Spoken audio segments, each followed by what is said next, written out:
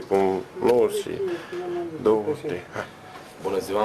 Suntem la emisiunea Viața Satului și luăm un reportaj din satul Piatra Leonorhei, de la un satean de aici de pe loc în sat, și să întrebăm cum îl afectează pe el seceta, că n-a mai plouat de 6 luni. El mai mult de 6 luni nu plouă. Mai mult de 6 luni, nu de ce pe viața sa. Dar de când nu mai plouat pe la voi pe zonă? Și am înțeles că afectează mult agricultura, De azi primăvară nu plouă. Deloc.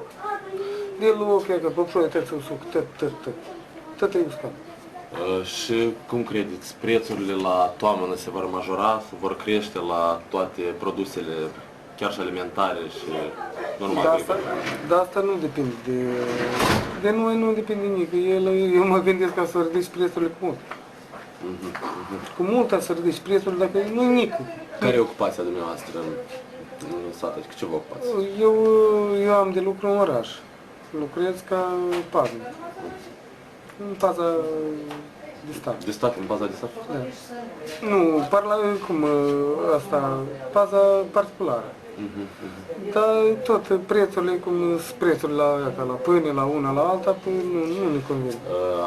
Vreau să ating și o temă de discuție poate un pic mai discretă, dacă o să vă pun niște întrebări mai discrete, cred că nu o să vă supărați. Nu mă supăr. Am auzit, multă lume vorbește prin satele acestea, uneori bărbatul își bate soția din cauza băuturii, că alcoolul e o alinare pentru ei. Și băutură, că nici poama nu s-o copra, nu-i să calul. Da, au fost cazuri de astea pe aici în sat. Se mai întâmplă cazuri de astea? În cazurile este ea, eu nu pot să mă vor,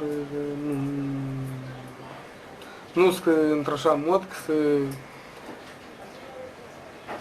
de pildă să ascultă vorbele sătești. Vorbele sătești, asta e mult. Nu ai dovedit să faci un lucru și de-am vorbesc sat.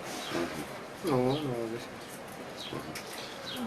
Bine, și aș vrea să vă mai întreb ce părere aveți de efectul de azi din prejurul Soarelui. Azi e un eveniment care se întâmplă odată la 25 de ani, numai. În prejurul Soarelui apare un cerc. Dacă ați observat. Eu, în primul rând, aud la soare că mă dor ochi, că eu sunt sudor. Sudor. De profesie sudor. Da.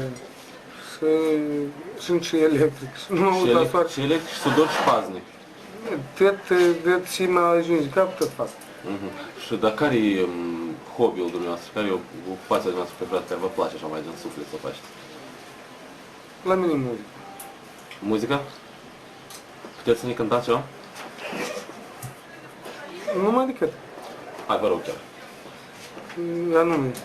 Ceva popular, ceva de inimă, de suflet. Și eu să vă acompaniez dacă să știu că piesă. Da? Nici o problemă. Hai să începem.